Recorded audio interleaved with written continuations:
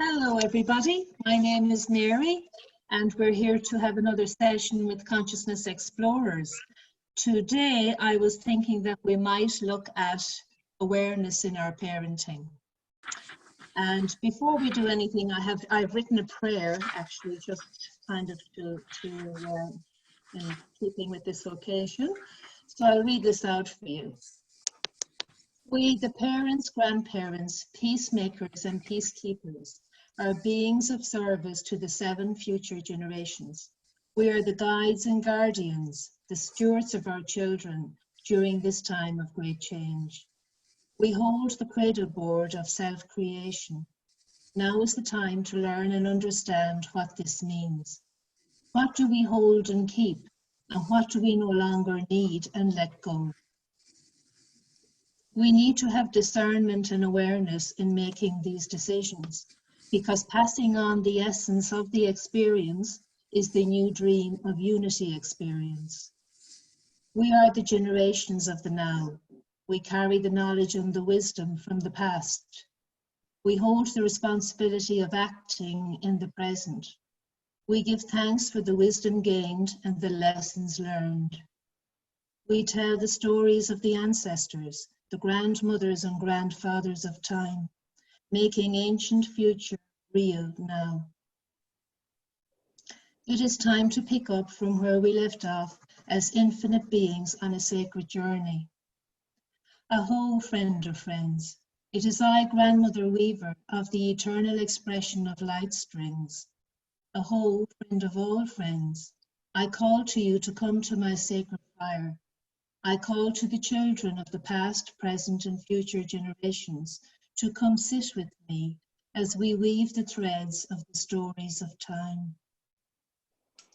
While we ponder on all that is, was, and ever will be. The hub of our interconnectivity is our mediums to all forms of time. Teach us how to heal and protect you, how to provide a sacred space for you, how to do our own work of self-healing so that we can be fully present to you in our awareness of our own journeys and yours.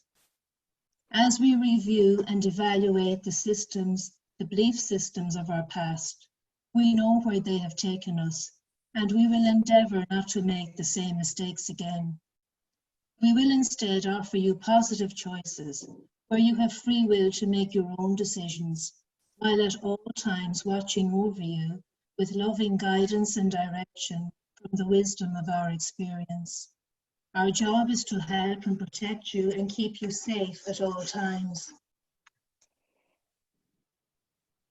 As we sit here in the silence around the sacred fire, allow yourselves in the stillness of your minds and hearts to sense and hear the whispers of truth carried on the wings of change.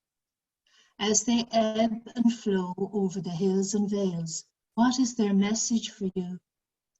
Work those whispers of love and guidance around you like an invisible cloak to mind your life.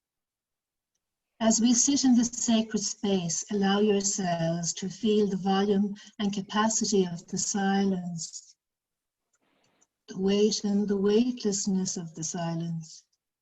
Allow yourselves to merge with it, flow with it, lose yourselves in it, and then find yourselves in that quiet space of eternal knowingness, the fires of creation of Earth's dreaming mind. May the nourishment of the earth be yours. May the clarity of light be yours. May the fluency of the ocean be yours. And may the protection of the ancestors be yours. So, oh. Beautiful. There's a bit in that, I suppose, that actually we could even use, you know, as a bouncing board to look at. Like, I mean, how do we teach us how to heal and protect you, how to provide a sacred space for you, how to do our own self-healing so that we can be present to you in our own awareness of our journeys. I suppose I was thinking about that and looking at that and thinking really, you know, that with the children, it really starts with ourselves. and our own journeys, and how aware we are of ourselves and our own journeys, and of our space and our boundaries, which is, I suppose, coming up for a lot of people during the lockdown. And I'm wondering if there is anybody that has anything that they'd like to share about that. Is there anything that has come up for anybody about parenting or during lockdown, or has anybody got? Yeah. Well, just to say, a couple of things have come up just while you're speaking there, made me think the importance of us as parents or grandparents or just adults to connecting to the very nature of our own childhoods, so we could take ourselves back to remember how we felt and sometimes still feel. And I think that's a great one for relationships with children. And then another thing you said about, in your lovely prayer there, about being very present. And of course, as you just said, in the lockdown, we really are, parents really are very present with their children. Yeah. So that has thrown up a lot of, I think you've just said it, boundary issues and things like that. You know, the parents being able to have their sacred space and their time, and the children respecting that, but also the parents respecting the children's need. The children's own sacred space is actually a really important thing. You know, I appreciate not all children can have their own room, but if they have some of their things that are theirs, that even the adults don't touch. Yes. Because that teaches them respect for other people's sacred things. Yes. Yes, and I suppose I just want to pay tribute actually now to Andrew Bartis, who did some work years ago on spiritual parenting. And he covered actually a lot of very interesting topics. And one of them was about toys and about the cleanliness of toys, and how toys can gather a lot of dense energy and is passed on from one child to another, and that it's really important to wash toys and keep toys energetically clean. And any of the belongings of children, you know, there are things in their room, and it comes into play more as they get older, I suppose, with computers and stuff like that. But even with the younger children, their toys and their teddies and that kind of thing, you know, that they can be open to entities, and entities, depending on how the child is feeling, can enter into toys that have got static and dense energy hanging around them. Did any of you ever think about that, or what do you think about that? Yes, I have. Sorry, I don't want to butt in here. Yeah, very much so, especially since Andrew and I think Natalie did that show. They did. It made me really think about that. So not just it being the child having their own sacred space or things that we respect, but also within that sacred space, the things staying, and not within that sacred space, within the house, things staying clean, which is the parental responsibility. Yes. Children. Yes, I suppose, you know, it does go back to the question at the beginning: how do we protect and create a safe space for our children and ourselves? Because during the lockdown, you know, parents didn't have any outlet. There was no place to go with the children. They didn't have their friends. They couldn't go to the playground. They couldn't go to those amusement places. So it was just the parents and the children. And I do know that a lot of parents found it really difficult. Parents, especially with younger children, they just, you know, had nothing to do with them. They were really challenged as to how they were going to spend the time and how they were going to, you know, keep them occupied and keep them kind of well. And on the other hand, I suppose it has been a blissful experience for a lot of people, because it gave them time with their children. And a lot of people have said to me they've got to know their children in a way that they didn't know them before, because they didn't have the distractions of having to go out and having to go to work. And they wondered, you know, as well, what they were like in childcare, you know, is because it was the first time they were actually seeing them or having them for any prolonged length of time at home. And that whole boundary issue came up a lot for parents. Yeah, how would you deal with how would you suggest dealing with boundary issues, Mary, from your Well, perspective, within like the lockdown scenario, or not in a lockdown scenario? I suppose generally speaking, just because I've been a parent and I do a fair bit of work with children, and I do think that you kind of need to set the boundaries at an early age. You need to get them used to having boundaries, just even for the sake of it. It's like a training, really, that you're not always able to be available, you know, and that's a huge question, isn't it, for mothers in particular.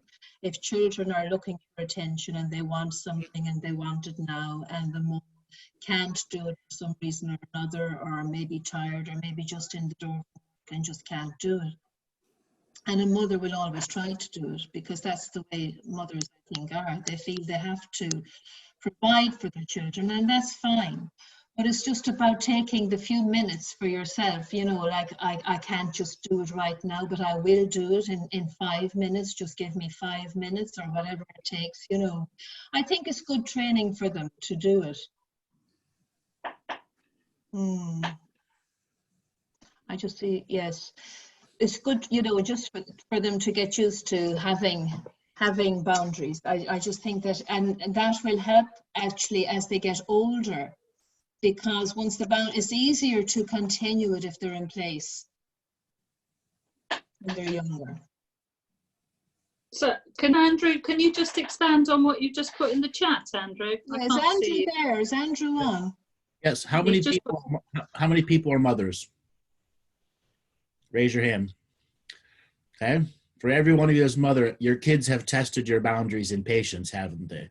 Yes, With they have. strategy, conscience, and have waited to be you at your weakest moment, right?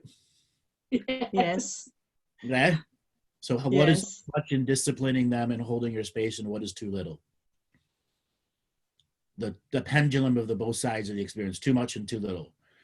Well, too much is when you snap at them, isn't it? I mean, I've snapped. I've thrown toys down the stairs. Okay, I've had plenty of knockdown, drag out, screaming arguments with, friends and family. We all had it. Yes. Yeah. And too little is them not respecting your boundary, isn't it? And having to tell them. So all too often, parents let their one parent is the stooge that can be walked over for anything they ask for, and the other one becomes the bad guy. Yes. Yeah. And children learn that very early on. They learn who they can go to. That's right. Well, we all know the term "daddy's little girl" or "mama's little boy." There's a reason. Yes. There's a reason behind that. Yes. Every culture has a different view of that. But let's look at some of the more negative things of daddy's little girl, mama's little boy, and how to revert kids like that, like they know how to set up boundaries for them. So if somebody else is coming in and listens to these recordings in the future and has a kid like that they want to help set the boundaries with because they didn't do it before, what are some of the examples that you can do? I'd say start small. Start with just something small, like the cookie, even if they want a cookie, and just delay giving it so that the child gets used to having the delay, so that they're not getting it instantly when they ask. Great. Anybody else? I was going to say when you're having a conversation with an adult and they desperately want to speak to you, rather than interrupting. I think I watched something somewhere where you teach your child to actually just come up and put their hand on you, and therefore you know that the child at the next possible moment that you're free wants to speak to you, which I think is a lovely way of doing things, because it doesn't put the child down. It gives them an opportunity to be acknowledged. So you can acknowledge them by putting your hand on their hand, or a quick glance or something like that, and then as soon as you get a moment, you can then turn to the child and acknowledge the child. So because I think there's all too many put downs with children. Sorry, Andrew? My mom had something similar to that. I could not interrupt her adult conversations, or if we were walking or someplace, so I'd put all my weight on her purse and hang on it. That was how I did when I felt I was being ignored. Yes. And I put all my weight on it, little 5-year-old. Imagine a thin purse string on your shoulder. That was hard to ignore, Andrew. Yep. I suppose I'm just thinking, Andrew, here as well, in relation to setting boundaries with children, I think that whole area is kind of laden with shame, blame, and guilt because of the culture, because of the beliefs that, we should always be available for our children. And if we're not good parents. That is always kind of in the background. And I think that's what undermines actually parents who might want to set more boundaries, but they're toying with that idea the whole time and trying to play in between, should I be doing this, or should I be not doing it, or should I be saying no to my child, and is that right? And parents do give themselves quite a hard time, particularly mothers. Oh yeah, guilt. So what about parents that bribe their kids to do everything? Well, of course, that's the manipulative side, isn't it? Teaching them to be narcissists. Yes. Sometimes it's necessary. Sometimes it's necessary. It's not always a bad technique. Okay. Yes. Yeah. So how do you stop a kid that expects something for everything that they're doing? Now, Mary, you work with children, so you see these stereotypes and archetypes all the time. I have, absolutely, and the ones that expect something for everything they've done are really hard work. They're really hard work, and it's hard to break that because that gets set up somewhere way back, and they expect it, and there are tantrums and absolutely, blow-ups and meltdowns and everything else. But I do find if you hold your space and you don't give in and you say, yes, at some stage you will get it, but not now. And it's constantly putting it off to try to train the child, really. It is a lot of it is about training the child. And in the circumstances where I work with children, they're often much different in where I am than what they're like at home. And parents will tell me. But I know that. I know children will push all the buttons at home, and then they're different when they're out and different in school. They're inclined to obey the boundaries better because they know they're not able to manipulate as easily. So they don't know that they're manipulating until they're about 9 or 10, would you say? Or do they know earlier that they're manipulating? It depends on the child. I find some children kind of do and some don't, but it does depend a lot on the child, and it does depend a lot on kind of their experience of home and their experience of people in general and what they've got away with and what has worked for them. And some children are very quick to cop on to that. Okay. So if you had somebody that was, let's say, parents that are divorced and the father was a manipulator and basically bribed him everything, and they had to come live with the mother again, what were the first sets of advice that you would give them? That the father gave them everything and the mother can't bribe them. The mother can't. And you see, the trouble there is that the mother is going to want to, because the mother is going to want them to compensate. Yeah. And that's a really difficult situation. And it really goes back to the parents, I have to say there. The parents there, it's the parents that need the help there. They need to stop doing that because they're playing the child off one another. And they need to come to some sort of an agreement, and they need help where they're be able to stop doing that if possible. I don't know if it's ever possible to fully stop it, to be honest, in a situation like that, but even to lessen it to the extent that the child isn't being damaged. Well, in most situations, the child's going to be damaged. It's how do you mitigate the damage to the mother and to the child moving on? How do you evolve beyond it? Can you evolve beyond it? I think you can. But I think that it comes back to, can you get both parents on board? Can you get the parent who's the chief manipulator on board with the other parent who's trying to... Yeah. In most scenarios, you just can't. In most, you can't. Yeah, so I don't know. What do you think you can do in that situation? This is where spirituality can make a huge difference, teaching them the rights and wrongs and the ups and downs from some form of philosophy that's not over their head. Okay? And Yes. not rigging it into them or drilling it into them, but making it a journey that can help deprogram through their own repetition. Yes. Okay? Again, you can't force a religion on a child, even though it's done all the time. All the time it's done. Yes. Okay, look, Mary, what happened to you when religion was forced on you? And everyone else has a story like that too. Yes, yes. I think it just shut me down. I mean, I really didn't know what they were talking about, and it wasn't making an awful lot of sense. But I did experience it as a shutting down, because you're not, allowed to kind of blossom like a flower if there's going to be religion shoved down your neck. And there is here in this country, the Catholicism was anyway when I was younger, it definitely was. And you lose that ability, I suppose, too, when there's something like that shoved on you. You lose the ability to kind of think for yourself. It's harder to find that spot in yourself where you actually can get in touch with your true self, because you're doubting it, because you're just confused as to what's real. And actually, it's very simple what real is to the child, because they know from a very young age what it is. Uh-huh. Anybody else that want to add anything about children that are manipulators? Yeah, I'd like to say something on this. Go ahead. From my experience with Emma, I remember, well, she's going to be 21 tomorrow, so it's been some time ago.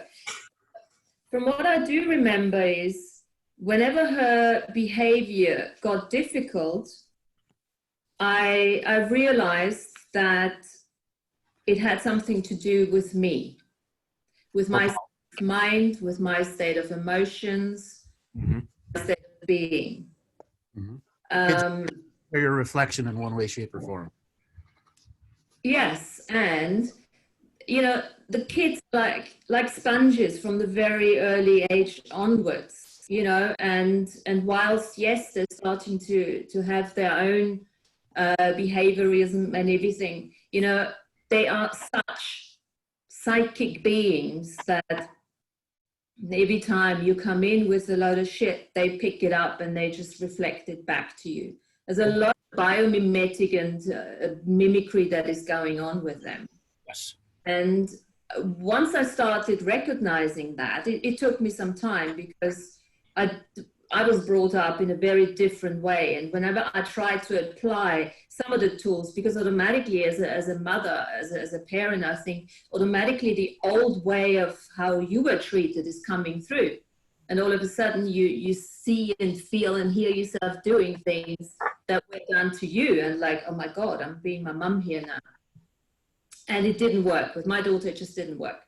And I figured out very quickly that it had nothing to do, that it wasn't even a manipulation from her side. It was a cry for, don't do this to me.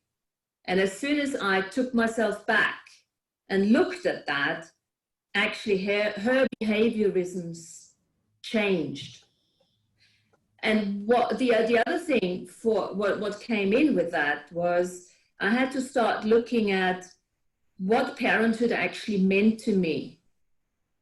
And we were talking early on about being a good parent or a bad parent. And every time you get into that judgment of yourself, judgment of what is a good parent, what is a bad parent, it takes you out of choice. And the more you want to be a good parent, the more you mess it up. Yeah. Because you go into significance and you just don't have choice anymore.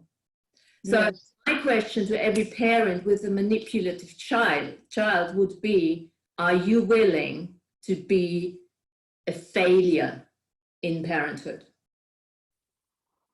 And every parent will tell you, are you kidding me? Of course I have to be a good mom, I have to be the best, and you go to school. And this is what messes you up, because that steers you in a direction where you can no longer be you. You can actually no longer look at what this child requires, what you require in that particular moment, because you are working along the lines, what is a good parent? And I think, Martina, that, you know, parenting actually fails in the end. I think that's kind of the essence of parenting, because we're not perfect. Parents are just human beings with a lot of their own baggage and their own stuff, and they're struggling with that and trying to clear that and trying to do the best they can. And that's all they can do. You know, it's not going to be. You're absolutely right. And what my experience was, the more I allowed myself to fail, the better the relationship became. Yes, yes. And the more I think we can say to the children, look, I think I might have got that wrong. You know, did I miss what you were saying or what were you trying to tell me there? Yeah. It makes an awful difference. I remember one of my kids saying to me once, I was always asking him in particular to do certain things for me. And the reason was that he always did them without any argument. But he said to me one day, he said, you know, Mum, you're always asking me to do that, and you never ask the others. And I just stopped for a second, and I thought, you know, he's right. Mhm. And he said, "Why, yeah." Because he didn't talk back. Sorry? Because he didn't talk back. He actually did it. Yeah, that's it. And that's why I was doing it. And I said, he said, why do you do it? And I said that to him. I said, it's because you always do it. And I know it's not fair, but I know that because you always do it, I always ask you. But it was actually brilliant for both of us, because it made me so aware that I was doing that. But it also gave him a sense, I think, that he felt heard. I said to him, I'll try and mix and you know, divide it up a bit more and not keep asking you. And it just it was great, actually. It was a good exchange, and it was an eye-opener for me, because I was doing that without being aware. How old was he when that happened? He was a teenager, and he was always, you know, he was a child that was very kind of easy to get on with, and he would do things, you know, he was the middle child, and I do think it's middle child syndrome. I'm middle child, and I was like that myself as a child. And maybe he reminds me of me as a child too. There's another thing that you know, I did myself, and also when I was working with people who had issues with their children, with manipulation and obviously anger issues and all sorts of things. I always say, you know, get out of the teacher role. You being the teacher, you being the only teacher, you're having to train, you're having to share your wisdom, you have to give them whatever it takes in order for them to live their lives. Take it back, give them the responsibility back. And it doesn't really matter, you know, what age they are. You can always, when they start becoming manipulative, you always can go back and say, well, how's this working for you? Working with the question, you know, so that you can actually, because a question takes an energy and it just dispels it. It just changes it just by asking the question. So whenever she would get, you know, a bit of stroppy, I would basically say boundaries. Well, we're talking about boundaries early on. I'd say, look, this does not work for me. With that German look. Work for me. That's it. What did you say? What did you say? German stare. This does not work. Well, and you gotta say it from an authentic perspective. Look, Schnooky, babes, I love you, but that doesn't fucking work for me.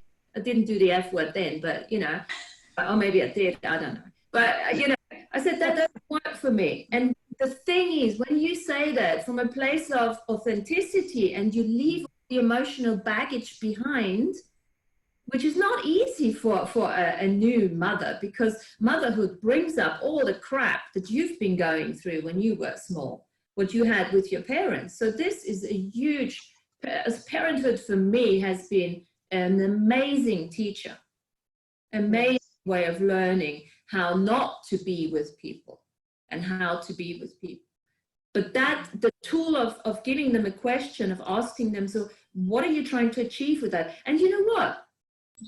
Don't think for a moment that they don't get it, because they're not hearing the words anyway. They get the energy.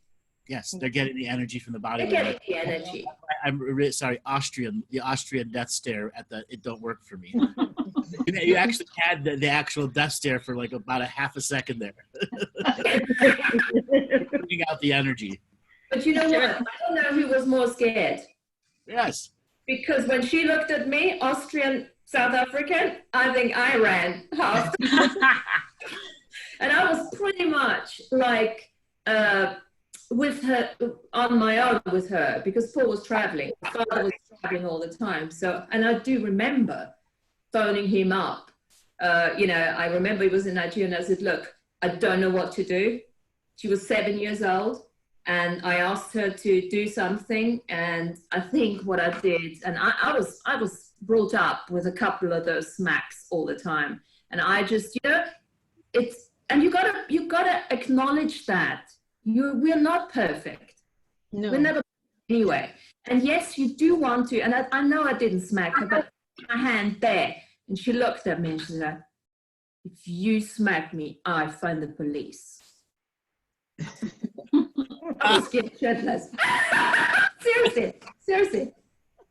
He flipped it on you. She totally flipped it on me, bitch. But she was right. Yeah. Can I jump in here? I don't have my own children, but I've dated guys that have got children, and the manipulation that they've used, the guilt factor, is crippling. Yeah. So much guilt on their dad to make a perfect life they want. So I just see it from the point of how dad and daughter play each other off, and how most of the times the bloke feels so guilty he'll do absolutely anything for them. The one boyfriend, his daughter was a bit chunky, and he just used to feed her and feed her and feed her because it made her happy. And I just said, you're not being kind to her. But he felt so guilty, he just did whatever she wanted. But let me ask you a question here. Let me chime in here quickly. Whose guilt was that he was actually perceiving? That was obviously a divorcee, right? Yeah, I'd imagine. That's the dynamic that you have. So the child is just playing out whatever she's perceiving from the mother, and the dad being the guilty one, leaving, and all that. No, exactly. I just sort of see it from that side, and to be the third party, it's quite an interesting eye-opener. Yeah. And it's very rare if there isn't some element of that when parents separate. There's always some little bit somewhere. Yeah, but I've seen some serious manipulation going on in my life. Yeah, and it's sad, isn't it, to see somebody being manipulated to that extent that he just would give her anything she wanted just to please him. Yeah. And the parents can use the children to manipulate each other as well. Yeah. In those situations, divorce situations. Mm.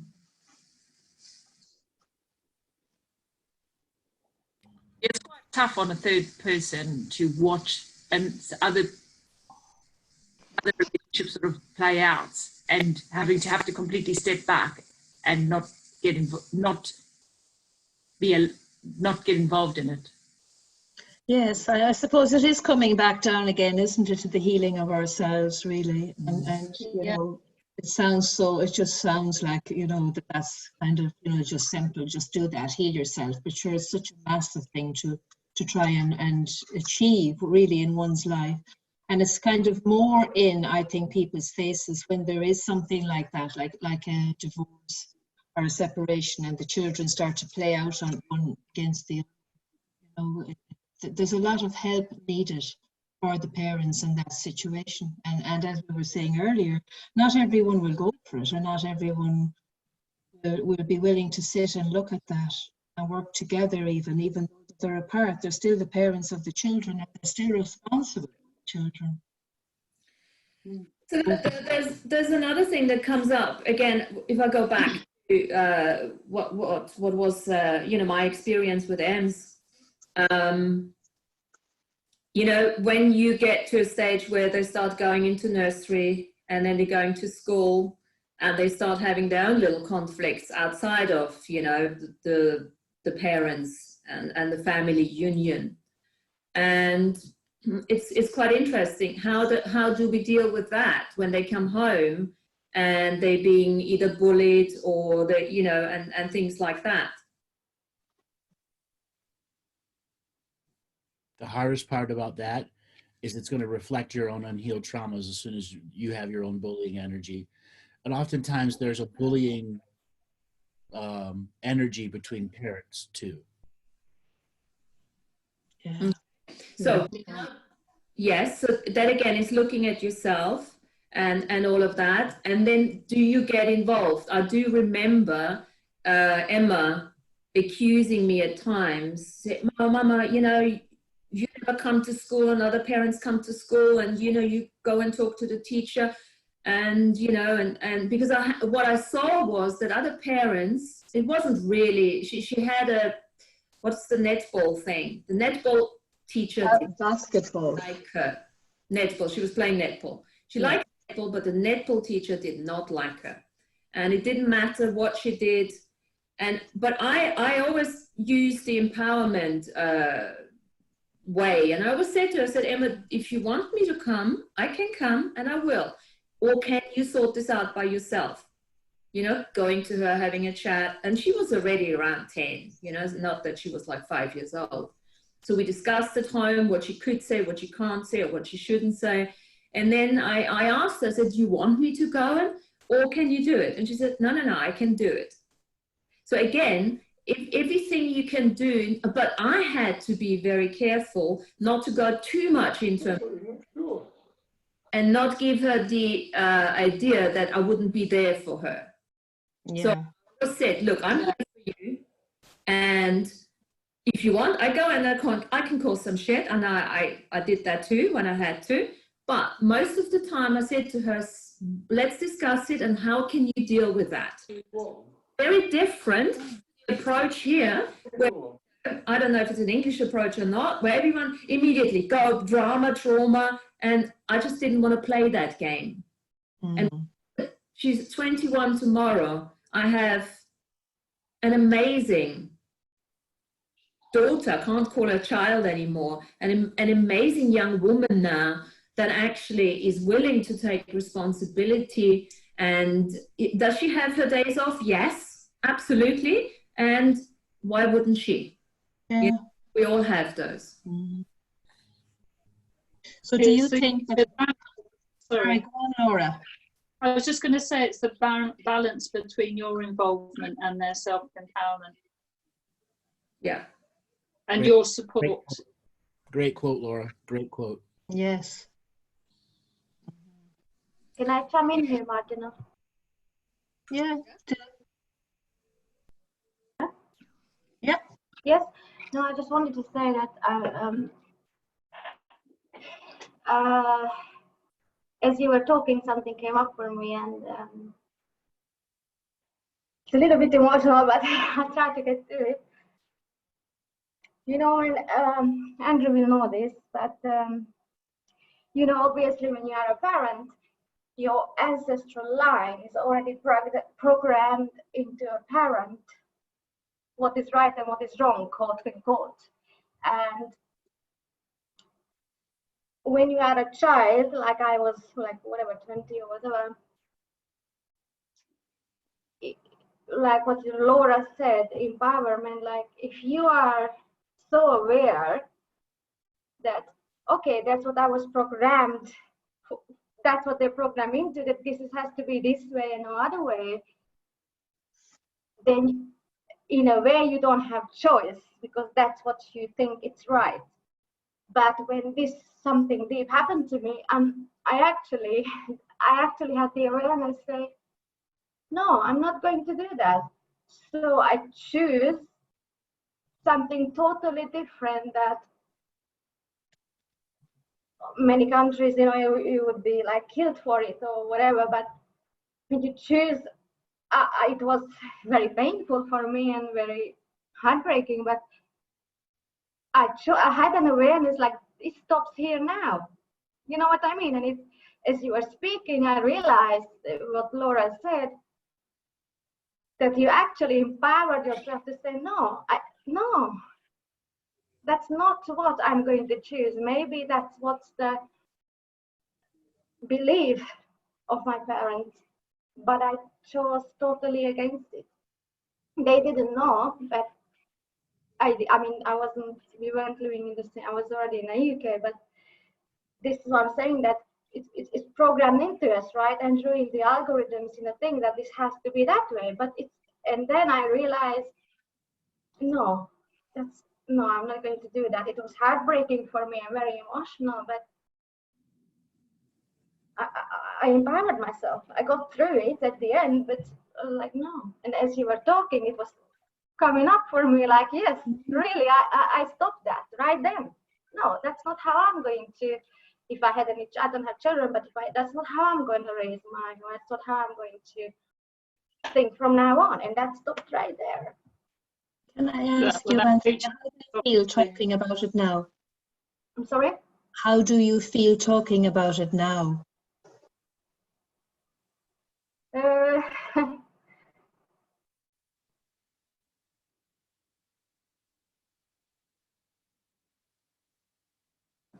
You're frozen. I'm receiving a lot of messages from this situation at the moment. Okay. Yeah. Yeah. Okay. Well done. Yeah. Doing that. You were true to yourself. And isn't that what we want our children to be? Yes, that is it. Isn't that part of the aim of teaching them to find their true voice, their authenticity? Yes. That's what we want for them. You're a good if we want model. Yeah. Sorry, Laura. Go on. Keep going. No. That was it. Yeah. Yeah. It's a good thing with your children and with yourself to really continuously, and you don't even have to do this with them, you don't even have to tell them, but just energetically, if we're all working energetically here, to continuously, letting go of all the judgments and of all the projections, and particularly the expectations, that we're putting on our children, that they really stick them, they incarcerate them. And yes. it's not just us individually, it's a collective thing. Look at, you got a girl, so you're going to dress her in pink. You got a boy, so you're going to dress her in blue. So the imprint of what a girl and the boy is obviously not just identified by the color, but what we perceive, what is appropriate for a boy and for a girl, how to behave. And that's already the way it starts. Mm. And all of that is something that gets indoctrinated as they go to nursery, as they go, to school, and things like that. So the more we can, change the definitions or leave the definitions blank, try to be undefined as much as possible, the more they have the choice to actually do and choose whatever they want. Yes. Yeah. And it starts at a very young age. It starts before in the womb, that's where we obviously imprint those guys until the age of 2. Then they start recognizing, I'm the bad twos, when they start fighting you and everything. Yes. Constant programming.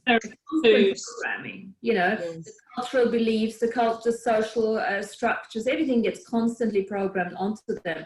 And being sponges, psychic sponges, they just suck it up. So I think the best advice to give to a young parent is to be aware of that, not take it personal, and start not going down this, this road, and try to stay, work counter this actually, not just stay out of it, because it's impossible to stay out of it. No, because we're in it. As parents, sorry. No, that's fine.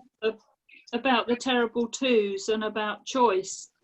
And what I found with my grandsons rather than my sons, where I learned the hard way, like a lot of people, is actually the more choices, and even now, because he's 2.5, the more choices I give him,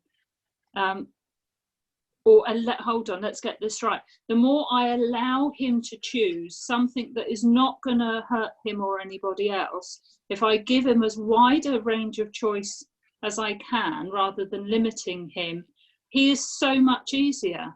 We don't have the paddies, we don't have the throwing ourselves on the floor, because he might, you know, there's half a dozen different cups, drinking cups in the cupboard.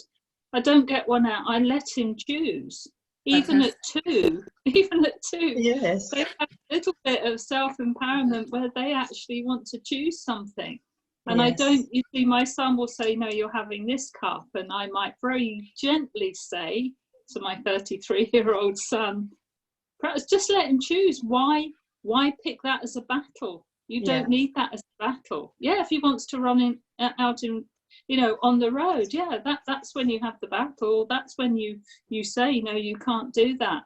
Yeah. So when it's you give them choice in the little things that aren't going to hurt them or somebody else, you start to build a more rounded individual, I think. Yeah. Because you're giving them choice from an early age. You're not shutting that off to them. Exactly. Well, that's the main thing. It's the key. Choice is key for anything. Yes. Yeah.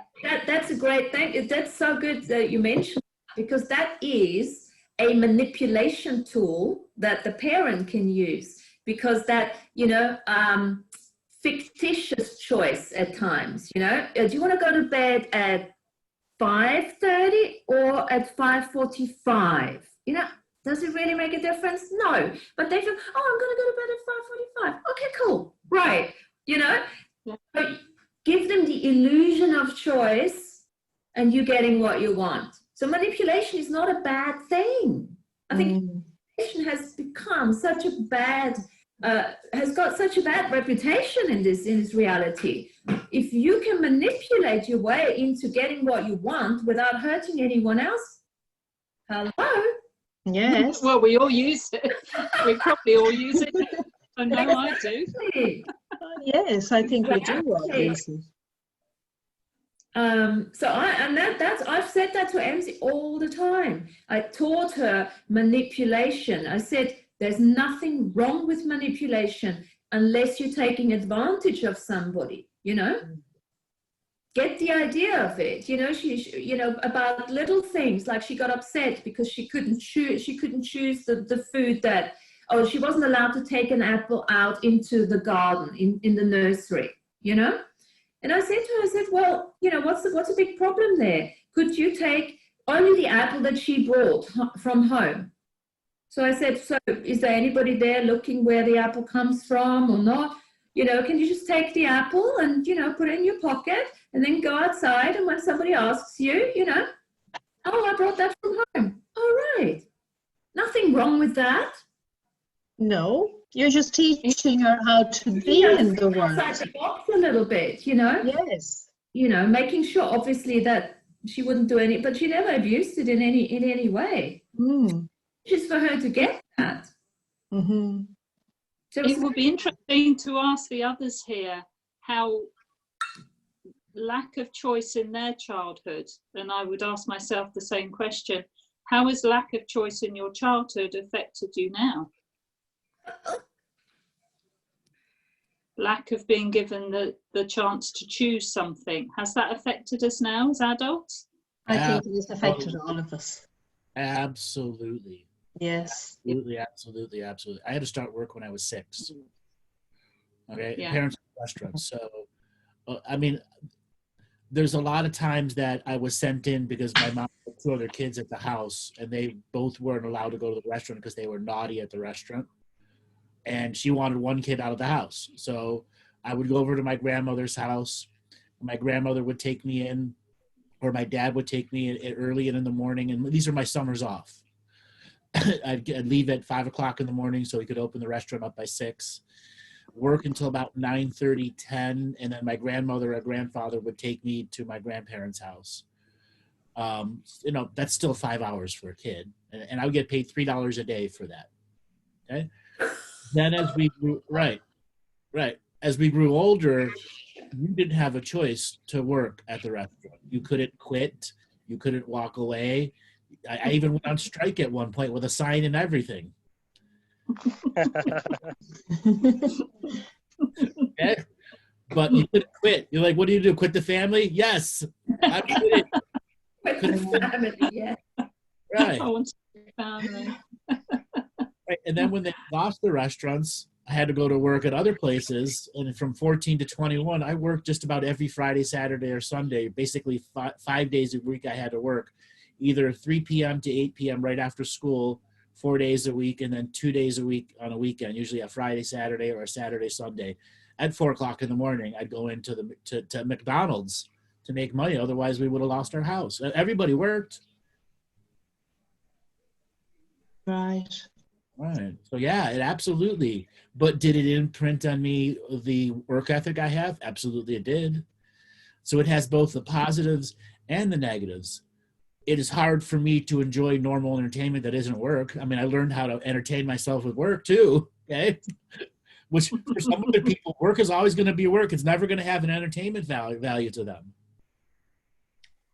Yeah, it's interesting that you say that it has the positive and the negative, and that it has helped you with your work ethic, because that is actually something that does this good that comes out of that. Oh, absolutely. I mean, But my, it's just, The negative, I was so pissed off at having to wash dishes from the youngest of age that Yeah. I let it sit in the sink for as long as I can. I know. Okay? And to this day, I still have a dishwashing issue. You know, I had to wipe the floors on my knees. We couldn't do it like, you know, we had to wipe it with our knees, you know, with the little, you know, fets, whatever that was. And by the time you were done, your knees were raw, you know. Because the actor didn't invent mop technology yet. No, because that wasn't good enough, darling. I get it. I understand that. I Wasn't good enough.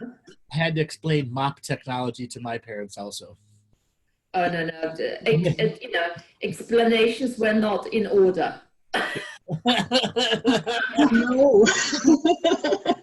You just did what you were told Or you would get and ask no questions. Can I ask you, is there anywhere else that you would like this to go, or anything else that anybody would like to discuss? Because it's quite a big topic, and really it's quite open to anybody if they have anything in particular they'd like discussed. yes, is there anybody who's had anything happen in childhood because of particular choices that parents have made that's limited their choice, like Andrew? Well, I suppose your place of birth has had a huge influence on your life, really. You know, the country, the place in the country, that kind of thing really influences how your life would turn out, and the belief systems you're going to be imprinted with, because you're imprinted with the belief systems, not just of the parents, but of the whole environment. That's true for all of us. I have met so many people that despise their hometown and wish to live in somebody else's hometown. But everyone else in their hometown wants to live somewhere else. I feel like that sometimes. Yes. Yet I know people And give an why arm would that be? in Ireland. You know people what, sorry, Andrew? That would give an arm and a leg to live in Ireland, or somebody else that's in Russia that wants to live in New York City. But a lot of people in New York City are like, God, I'd love to go in the middle of nowhere in Russia and then, be a hermit. Well, is that anything to do with having spent past lives in these other places, or? It's a minimal amount. More of it is you either grew up to like your town or you didn't, and which has how your parents affected you, the runaway factor versus the exploration factor. And how the community, I think, affects you as well. I know for me, I would have found the community quite a big influence. Right. And the community connections too. There are other places that there's no community connection. Neighbor don't talk to neighbor. I know. Okay. That could be good and bad though too. I mean, I would like some of that sometimes. Mm-hmm. So it's all about that adventure factor versus runaway factor when it comes to kids who really don't appreciate where they're at growing up. mean, yeah, there are some places that are just downright, if you're living in, Gaza Strip, growing up, or Syria growing up, that's going to be much more of a challenge than it is living in, 3-acre territory in the middle of Scotland. Yes, I can imagine that it would be. But I can imagine in a place like that, there's probably very tight little communities and groups of people because of the trouble that they're in. It does lead to closeness. But then again, there's a lot of people who lose all trust in humanity that will only trust their family because of the atrocities that have been done around them. Absolutely, yeah. So maybe you could take a poll here. How many people dislike the hometown they grew up in? No, I wouldn't say I dislike it, no. Don't dislike it. Wouldn't want to live there, to be honest, anymore, but I don't dislike it, no. The town is good and the village, but not the people. But not all of the people. The people make up the town. Yeah. So for me, it's a love-hate relationship with the town I grew up in. 2 reasons. There are 26 churches and 18 bars within 2 miles. Gosh. Okay? Wow. And most of them are Christian, Mormon, Seventh-day Adventist, or the other ones that are the door knockers. So you never get a Sunday morning free if you don't tell them to, no, don't ever come back. And one day you might get a Mormon knock on your door, another day a Seventh-day Adventist, and another way this one and that one, until you actually got to post a sign, no religious solicitations. Religious solicitators will be persecuted. You see that a lot here. Okay? Yes, I'm just thinking here, I'm wondering, about the difference that I have seen in parents when I was a child and parents nowadays, that, when I was a child, parents really would never stand up for you. If you got into trouble at school in any way, you just wouldn't tell them at home, because if you did, you'd be asked, well, what did you do? What did you do to cause that? And there wouldn't be anyone going into the school saying anything. And it has actually gone full circle now, where there's a lot of parents that go into the schools all the time. And it's just the difference in, I suppose, that has happened over the years, that parents do feel kind of more empowered to stand up for their children. But it's what Martina was saying earlier about, empowering them instead of, it's that line, isn't it? Yeah. I wonder. So my parents were very involved in my life, even though we had the restaurants and everything. So they would to all the school events, whatever they could go to, very, whatever they needed to go to school things. But it was still, you still lived your life in school. You still had to get over the ups and downs. Yes. I bullied? Yeah, absolutely. I was bullied. Did my parents need to have an intervention with the school? Only once or twice when I was in 7th or 8th grade, and I decided I didn't want to go to school no more. Okay. Yes. They leave for the restaurant, and I'd pretend I got on the bus and didn't get on the bus. And I had a house to myself all day long. Yes. Naughty. Yeah. But Mary, you Done mentioned that, haven't you? Can you hear me, Linda? Yeah. You used to do that, didn't you? What was that? Not go to school and go behind the bike sheds and have a smoke. Oh no, well we used to just be on the back of the cross country, and we'd just dip into the hedge and then wait for them to come back and then tag on the end, because we hated running. It was me and my best friend, so. But I did get bullied at school once. I was at a different school every year. We moved every year of my life, countries and schools. And so I was always the new ginger girl, and that was horrible. There was a big bunch of girls, I remember, in I think the 4th year, and I was in the 3rd year. And they used to get round me every lunchtime. And one day, one of them hit me, and I really didn't know what to do, because there were a lot of them. And I went home and told my dad. And he said, okay, I'm going to show you what to do. And he taught me how to punch. So I punched him and he said, no, you don't punch me. You punch way past me. And so the next day they all got around me in the playground and started pushing me. And I ended up on the ground and I just lost it. And I stood up and this ringleader girl, I punched her and she went down and I walked away and that was it. Never another problem. And I went home and I thanked my dad. Sort of. So they didn't go up to the school, but they taught me how to deal with it. Yes. I suppose all of us have been bullied at some stage or other in school, which kind of prepares us in a way too for life, doesn't it, in its own way, even though it's no pleasant experience at the time. Yeah, very true. Mm. And you can either, feel sorry for yourself, or you can pick yourself up and get on, can't you? Yes, you kind of have to if you're going to survive it. Yeah, because your parents You just have can't to. be there at the time, or Yeah. sort Yeah. it for you as you grow up. Yeah. So I've got a question. Mm-hmm.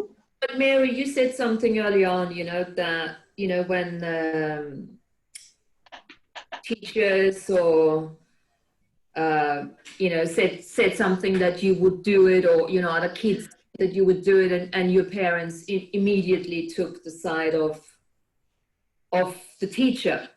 Yeah. And that's something, I feels very familiar to me too, that they used to do that all the time. It's me wrong first, Yes.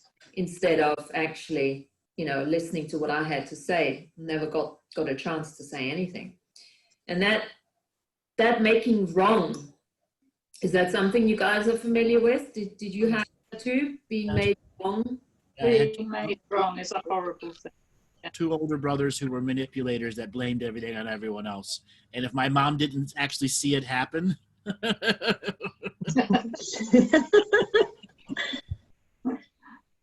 Yeah, that was a clever one. They would do it when the mum's back was turned, and then when the mum would turn around, they did nothing. blame it on you. Yeah.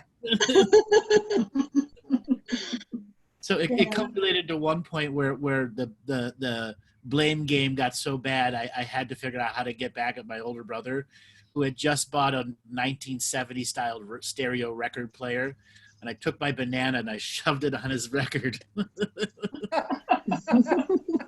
I'm sure that went well. Yep.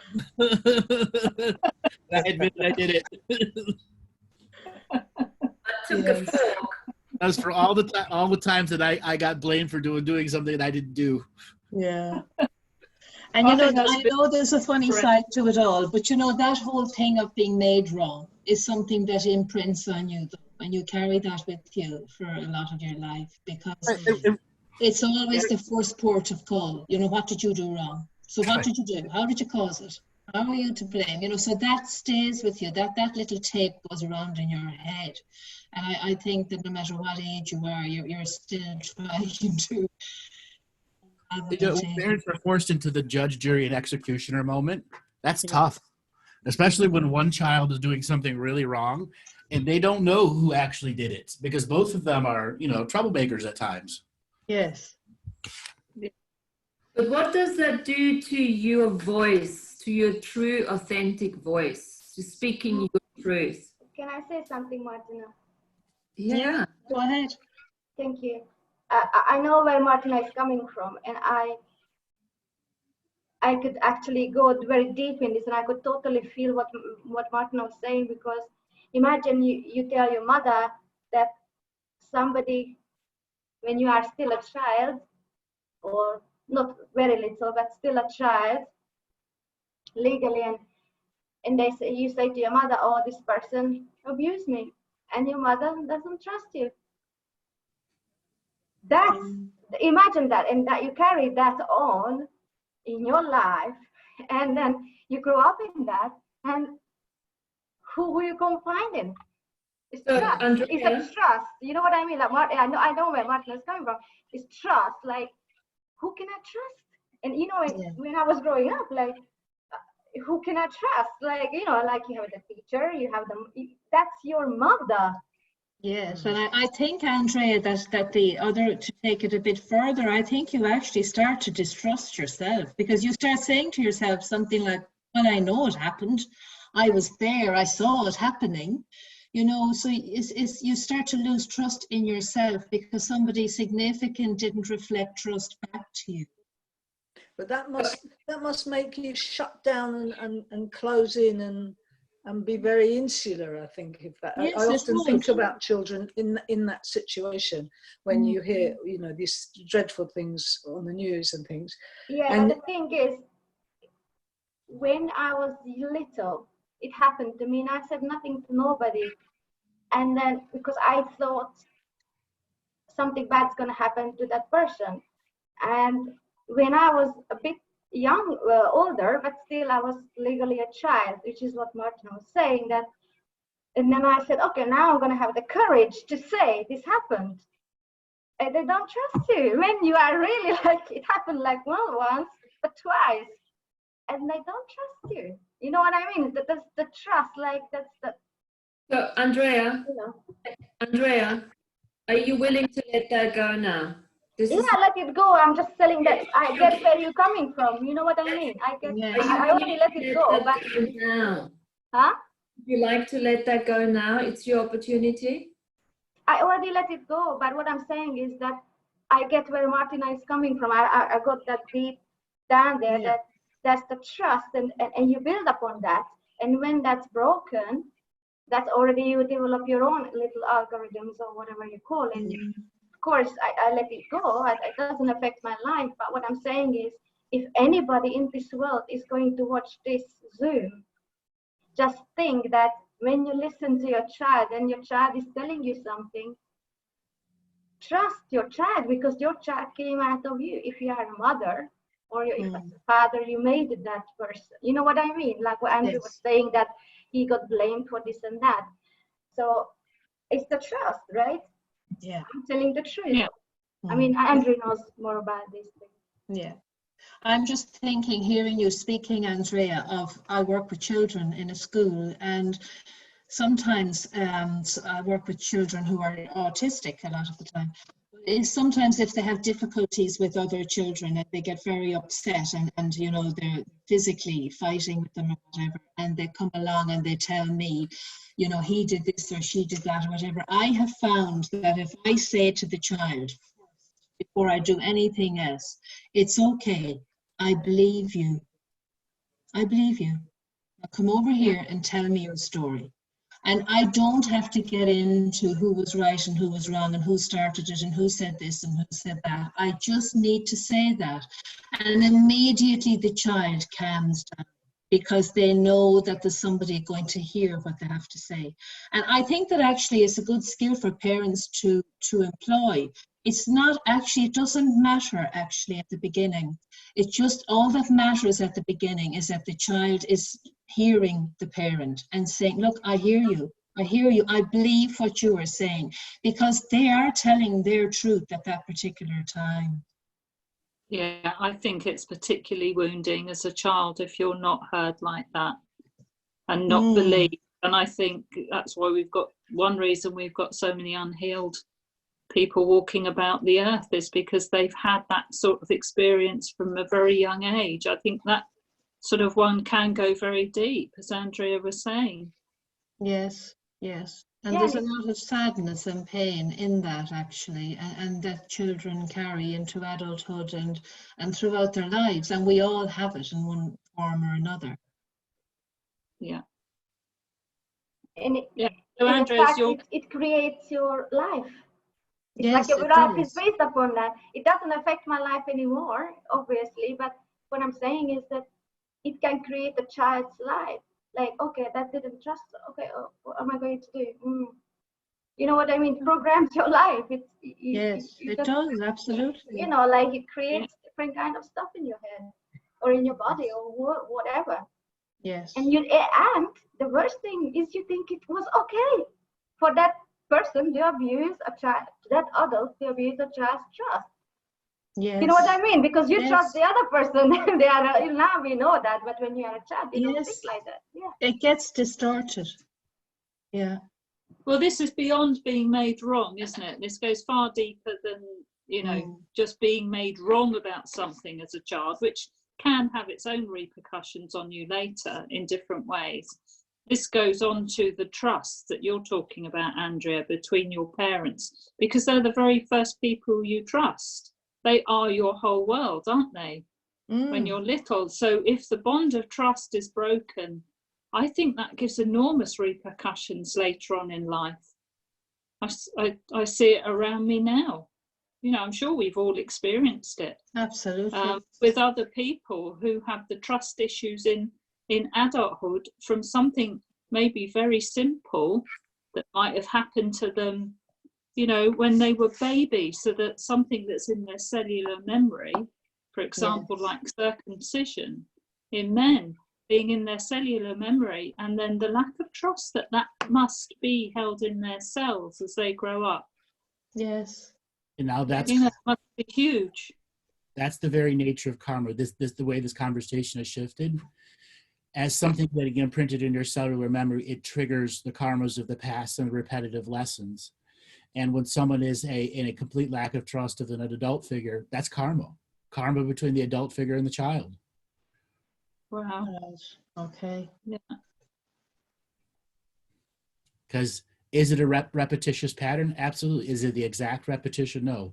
It still creates the same byproduct of mistrust, in which the person has a lifelong lesson of learning to trust again, which still comes down to self-love. Yeah, it all comes back to the same feeling, doesn't it? Right. It also creates the victim And the bully. Yeah. Yes. Taking it out on others. Yes. Yes. Yes. Projection. So that's what we pass on to our children, or we did in the past, and we're trying to not do it as we go forward into the new earth, the new time of change. As conscious beings of choice. Yes. Yeah. Yes. Choosing sovereignty and authenticity. And the use of a mop and not being on your knees. Yes, Martina. I want to bring up mop technology again. How many parents didn't allow them to use a mop that you had to use some makeshift device? Yes. Yeah. Yeah. A cloth around a brush. They didn't want to get a mop for whatever reason. They were anti-mop. Yes, that's true. I don't know what that was about. Mop karma. Yes. Mop karma, did you say? Yes. So does anybody want to continue on with this and take it any further, or have we covered everything at this stage that we want to cover today? I'd like to ask a question, if nobody else has one. Yeah, go ahead. If you would have to be your parent today, what would be the one thing that you would teach yourself?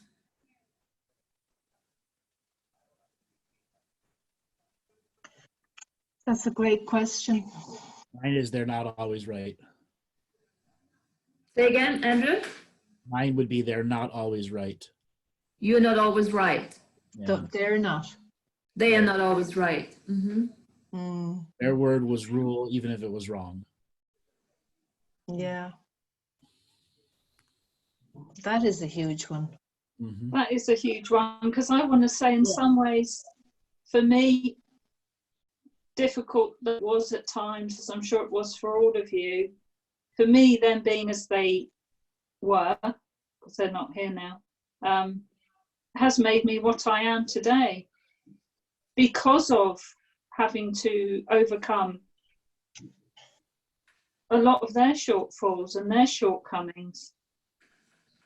But that doesn't mean to say I'd want that for my children or grandchildren. I'd want to be the best, parent and the best grandparent that I could be. I wouldn't want to give them hard lessons. And I think maybe some of mine were hard.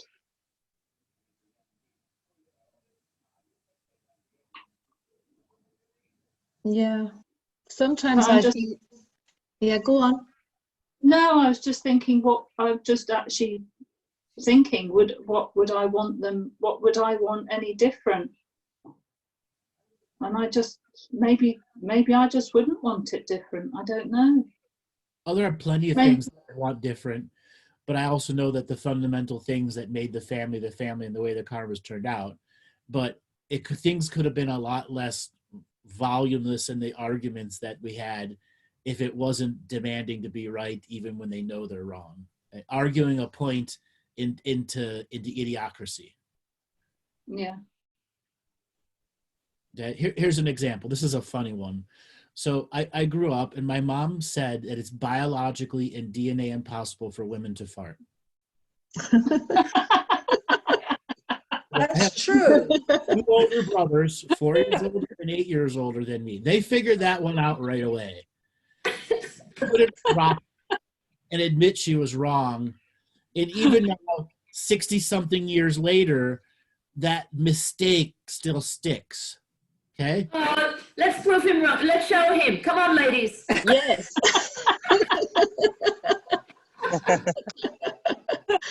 Biologically incapable of farting, because my dad, every Sunday morning, anytime we all got into the car, he would hold it, roll the windows up, and fart.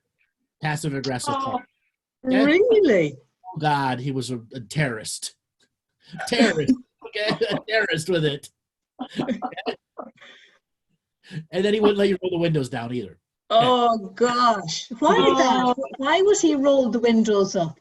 On purpose. He knew his passive aggressive nature. You've got, 3 kids in the car, a 4-year-old, 8-year-old, and a 12-year-old. All going to church. Okay. Yeah. But when it came to the farts, he was a terrorist. Now, my mom also grew up in a Greek family that was a very common thing to do. So when she went to her school and was in the fraternity, they'd wear their girdle and have to run to the bathroom to fart and never let anyone know anything, because that was the era she grew up in, which I accept and I understand. But when it comes to this, I am right, even when I'm wrong, it created an imprint of you're not right on a lot of other scenarios. Yeah. Yeah. Yeah. Yeah. Yeah. Yeah. Like I was just joking with my mom the other day about that. So you're biologically incapable still? What did you say? What did you say? You let a root and toot go that was loud. She proved the point. Well, my grandmother, who was, her own unique woman, she was a terrorist when it came to that stuff too. There wasn't an Easter dinner that some thunderstorm didn't come out of the kitchen.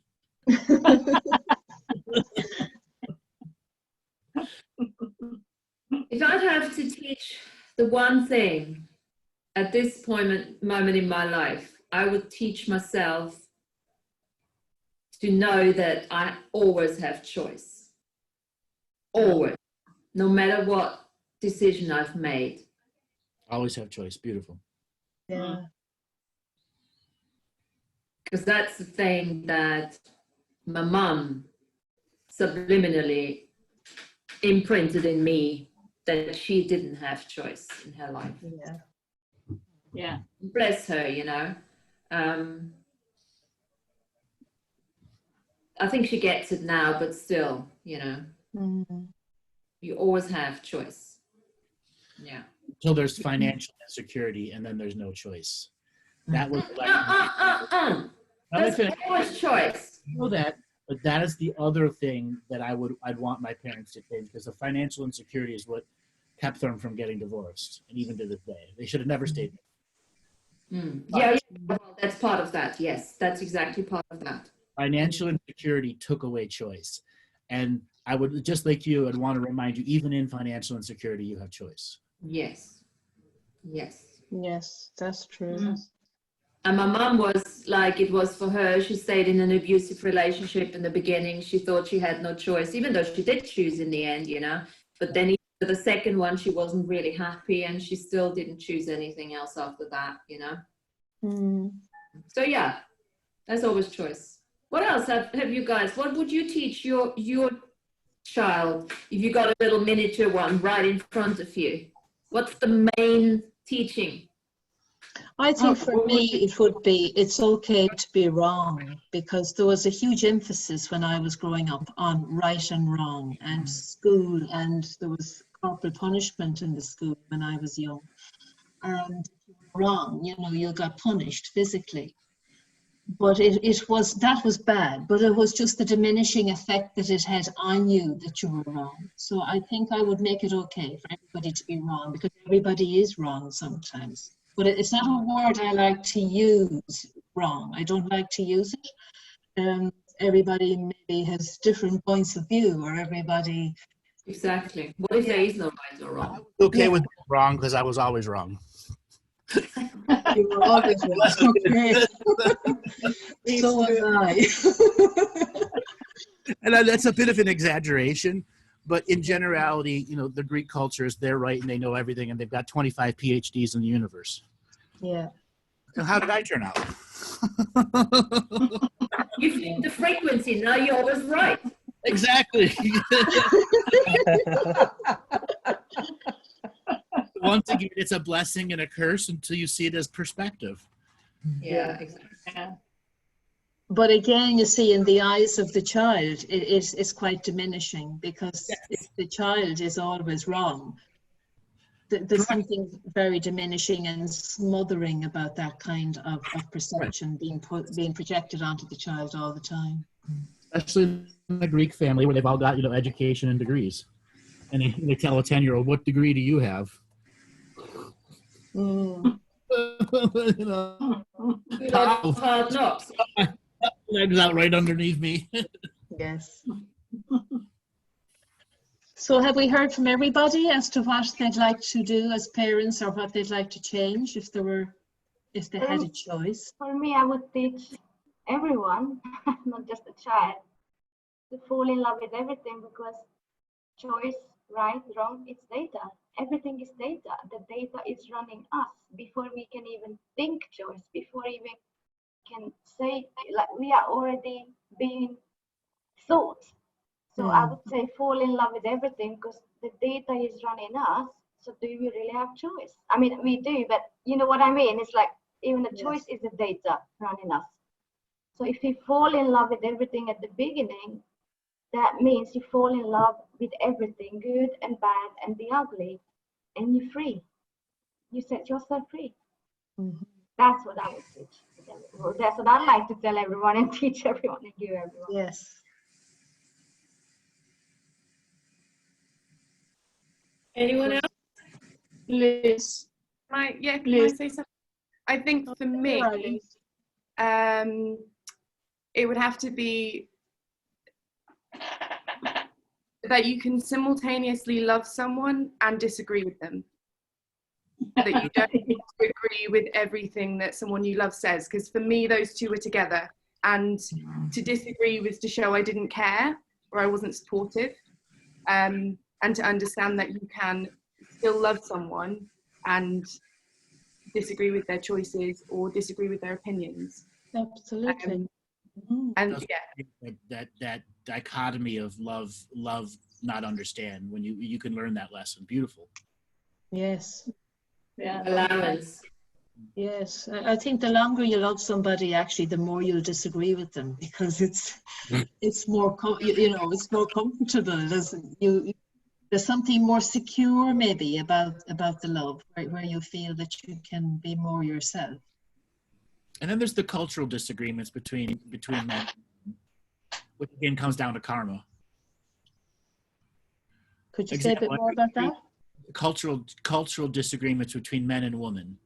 Example, Right. A Muslim family is going to have a very big different cultural argument base versus an Irish people, though the arguments share similar themes, just there's an extremity to it. Yes, Right? absolutely. again, that's a biomimetic mimicry is not just limited to a person. It's actually, as you said, Andrew, it's the consciousness, almost the collective of the country. Yeah, Right. of their And environment. Yeah. the illusion of the nation karma, which houses the culture. Yeah, the whole Yeah. cultural thing. And it creates an expectation on the person. Right. Yeah. Like racism. Let's look at that for a second. Is that a cultural karma or a global karma? I'd say it's a global Is one. it both? Could it be both? It can be both, but it started out as a cultural problem first. Yeah. Then became a global problem when a global issue when everything became interconnected. Yes. Okay, genocides have been done since the dawn of people living in cities. Yeah. Yes. Yeah. Yeah.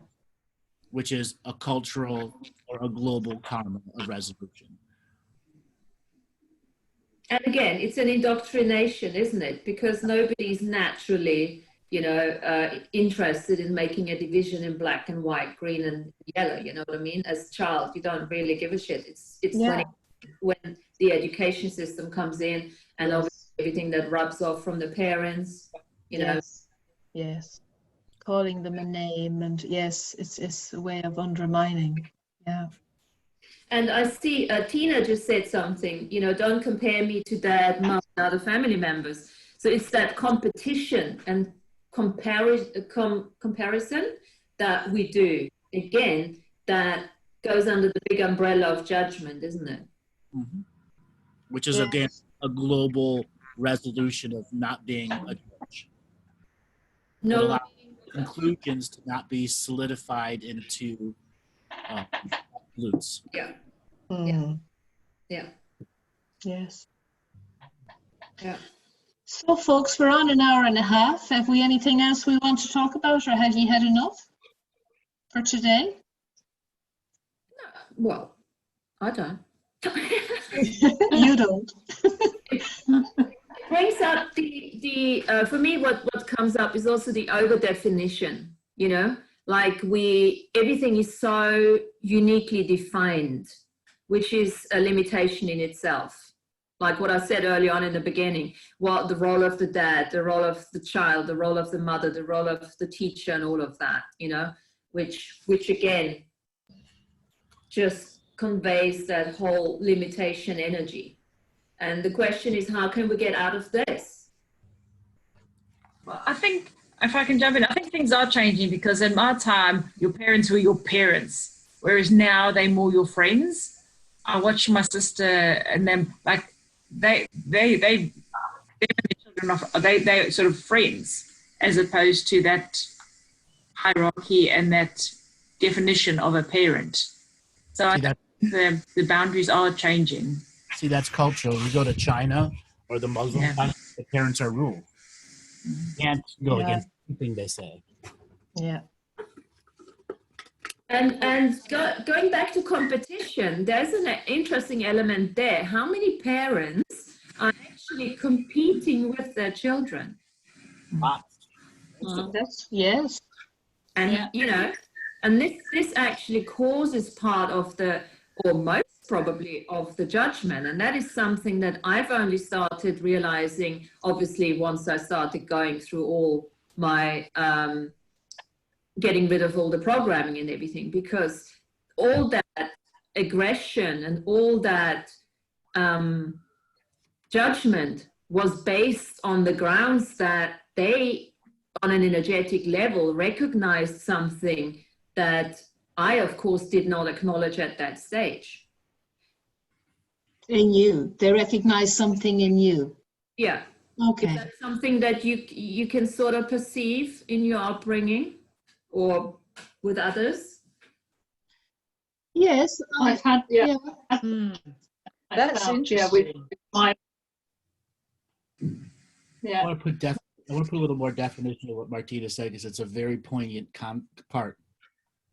Parents are psychic, even if they don't believe in it. And oftentimes what Martina was saying, that's a knowingness that they don't know how they know. Yeah. And that's what creates a competition with a child. And once that competition exists, that once again comes back to the laws of karma, the rules and laws of karma. Okay, so I have something I'll read to you. The law of balance. If gravity is the glue that holds the universe together, then balance is the key that unlocks its secrets. Balance applies to our body, mind, and spirits. Balance applies to all levels of our being, reminds us that anything we do, we can overdo or underdo. When the pendulum that is our daily lives or habits swings too far to one side, inevitably it will swing to the other side. It's a lesson that all parents have to go over and over and over again. Balance, balance, balance, balance, balance, balance. And then they'll know why they know things, why they know something they don't know why.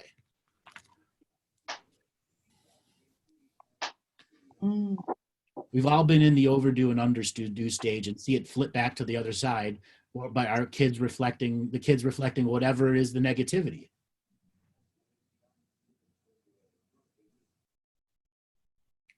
Yeah, could you say a bit more about that, Andrew? Well, balance is Give an example. balance is a spiritual process as much as it is a physical process. Okay.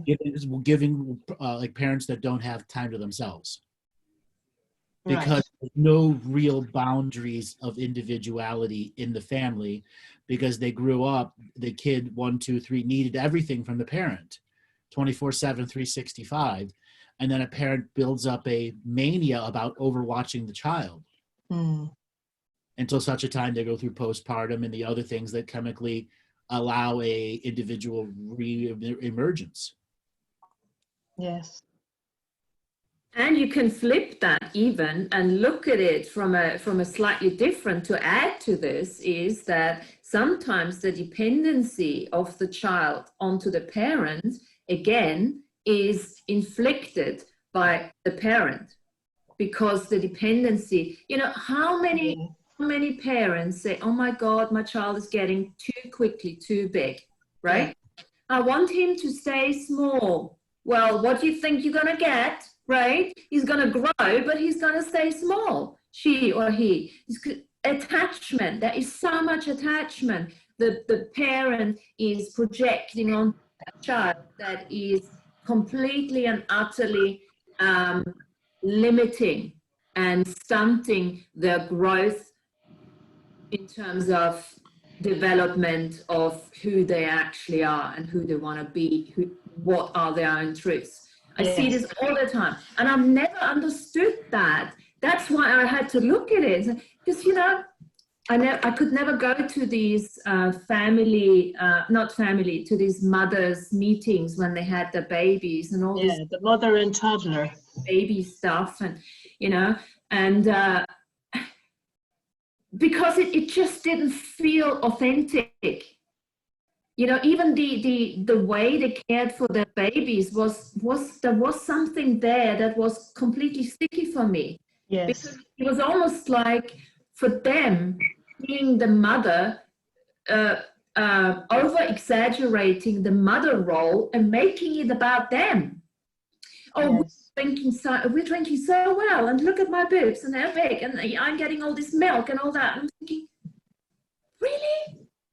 We had to enjoy the babies and put them on the swings. All this, it's really interesting. It is. I think that's a really interesting point you're making, Martina. About the mothers wanting the child to be really dependent on them and not encouraging, independence in a child. I wonder, is that born out of fear?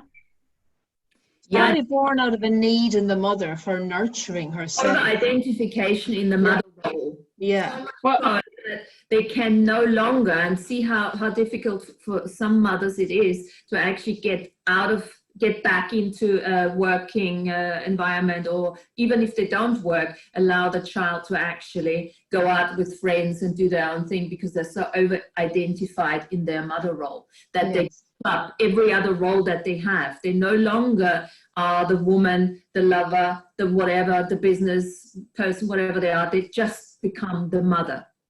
Yes. I don't know that I did something. I don't think I went that far that I left my other roles, but I certainly, as Andrew will probably agree, probably did too much for my first son. Let's call it enabling, or even over enabling. And it's not until the last few years, and he's 34 now, that I've learned, particularly through Andrew and friends who've helped me, thank you Linda, that I've been too much there for him, in wanting to be and do everything and be the right mum and make up for being divorced and the situation I put him in and so on. I've disempowered him, not empowered him. And it's not until the last few years that I took a step back. So Martina, that can go on from, that can go on till they're older as well. And thank goodness, yes, I have recognised that with other people's help, and my own healing needed to do that, to realise I'm wanting to teach sovereignty, and yet I'm trying to, at the same time, in my unawareness at first, I'm disempowering my oldest son, which, and early on, I would sort of blame so many of his problems on his dad, and I now actually have to question myself, really deeply, in my role in it, and in the suffocating way I think that I have at times behaved, just out of genuinely wanting to be everything, be that mum, as you're talking about, be the perfect mother. And not going into the judgment of anything, pure awareness and looking at it, Yes. I'm not judging now. I've worked through that, but I did, obviously. That's part of the work I had to do, was to go through that. And that's I would say that's a fairly recent thing in the last few years.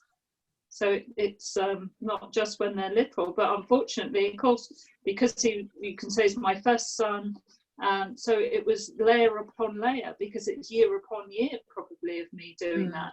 And the youngest one, who was actually the youngest of 4, because I had 2 stepchildren as well from when I first got married at 22. So Matthew was the youngest of all of them, got least attention because we were all living together then. And you could say he's probably the most chilled, the most relaxed, and the most sovereign of all of them. The one with my littlest grandson. So it's just interesting looking at how that, not just when your children are little, but when they're grown men and you forget it. Martina, something you said earlier has really triggered something for me from my childhood, and it's been wonderful. I've just been thinking about it for the last few minutes, but my father used to be really critical about me, and you made me realize just now that and I was always wondering why he was so scathing, and my mother used to wonder about it. And because I now have put a few things together, he was seeing something in me that was reflecting on him about himself that he didn't like, and that was then channeling back to me. I won't bother to go into the specifics because it's not really but that's what he was doing, and I can now look at it and think, that's why he did it, and then it makes it much more okay. So thank you. No, Linda, I have a different question for you. The wrong way. Did your father fancy you? No, but my father was, we lived in the Far East a lot. He had a lot of diplomatic friends. They used to go to a lot of clubs, and if we were in England, he'd go to the Playboy Club. He loved women. And when I was sort of 13, 14 in the 60s, 70s, I used to wear, short skirts, as everybody did, and boots. And I'd go out, and my mother would say, "Oh, you look lovely." And I'd walk through, and my father would say, "You look like a tart. How can you go out like that?" But at the same time, he was doing, and I remember being in Singapore, and my mother was going out shopping, and we were staying with a diplomat, and his wives were going out with my mother. And so my mother said to my father, "Will you take care of her?" And they actually took me to a strip club at 11 years old. And I remember sitting on my father's knee in this strip club, and you know, they're drinking and watching all of this, and then later, you know, 3 years later, he was really being scathing about how I was looking. So, and I've never put all of that together, but thanks, because I just have, and it's made me realize why he was like that. Yeah, and you know what? It's perfectly normal. Yeah, it's perfectly normal, because you see, this comes from a place of which is never acknowledged. Okay, when you have, and it starts from a baby. We all have. This is a big discussion about sensuality, sexuality, what it actually means, and there's quite a few dads or mums, if you wish, the other way around, that on a very subconscious level actually fancy their children, would never do anything with them. Yeah, No, I understand. but it's an energetic, and you as the psychic child knows that, and it can mess you up, because depending on what reactions you're getting, and also the mother knows it. It's never outspoken because it's energetic. Yes. Noses, and the mother's having a go at you because when you're with the dad, and it can get really icky. So destroy and it's all that comes up for you here. Okay, and it's not nothing has to ever happen there. It's a very strong energetic that is it's not being spoken about. Yeah, but my father, rather than, I suppose I would have seen it, because I was I've always been quite intuitive, but my father, what came out of him was a rejection of that. So it was a rejection of me. Absolutely. And everything that I, I looked like, backcombed hair, and, so it was always, from sort of 13 onwards, I always was in his bad books, whereas my mother just said, oh, ignore him, Yeah. And what if that rejection was a result of that subliminal, subconscious knowing, not knowing, subconscious energetic feeling? Yeah. So it's a bit like that twisted blah blah, which is interesting to look at. I've worked with people along those lines, and it was quite an eye opener for them, because that's the last thing you ever think. Yeah, but now what you've made me see, it makes me see my father in a much softer light. Good. That's good. That's good. And that kind of baggage can kind of affect our sense of our own sexuality, because that comes with our sexuality and how we feel about ourselves. And that's why we can be quite confused about ourselves sometimes, and our sexuality and the expression of it, because there's confusing messages subliminally got over the years. Yeah. And it impacts your relationships. Yes. Oh, yes. Because what do? We get ourselves guys that either are exactly like our dads or the opposite. Yes. Even my guy has been changing from being my mom, my dad, then with my mom again, my dad. Yeah. It's not just mom, dad. They can be all of it too. Yes. Reflecting that. Yes. I remember reading one time that when we fall in love with what's familiar. Not because we don't really know how to look for what's real love, because have we ever really had that? But we go with what's familiar and we think, oh yeah, that fits. Now, it's not a conscious thing. We don't actually consciously think like that. And there's one more thing I want to add to that, which is also a bit of a mind F, because the less appreciation you get from your dad or from your mom, the more you're going to seek it in your partner. Yes, because you'll try to correct it in the partner, what you didn't get from the parent. Yeah. Okay, well, I'll have to flip that. Yes.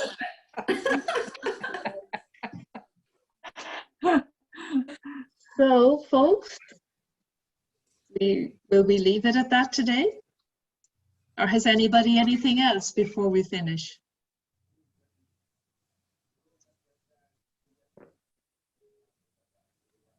No? That Silence. was good, Mary. Thank you, Mary. You're welcome. Very good Thank you, comment. Mary. Thank you, Okay. Mary. Thank you. You're all very welcome, and thank you all for all of your participation and your sharing. And we will see you all again next week. Thank you. Yeah. This is one of those calls that if you have a transcript and you actually read it, you'll be able to delve even deeper into the subject matters when you want to go, especially some of the inner work when dealing with yourself and parenting and how parenting affected you. Yes. Yes. Well, there is obviously an audio, and we're putting it up on the Earth Nouveau one. And if anybody wants to transcribe it, by all means do. And then we can sing, because all these topics were quite huge in there. And then we can single out one of them, if whichever one really spoke to you guys, and then we can make a separate one out of it. Because Absolutely. Absolutely. We could nearly have a whole session on any one of them because they're all huge, really. So, yeah. but thank you all very much Yeah. for your Thank honest We sharing. didn't even mention the virus. The parents and the kids with the virus, they probably killed each other. Well, we mentioned it at the beginning, and it kind of steered away from Sorry, that. I was thinking, I did. But yeah, still alive, so you're right. Yes, I'm sure it's difficult for some. Yeah. All right, guys. See you next week. you. Take care. Bye-bye. Recording. Bye. Bye. Bye. Thanks, Martina. Okay. Yeah, cheers, Linda. Cheers. Yeah.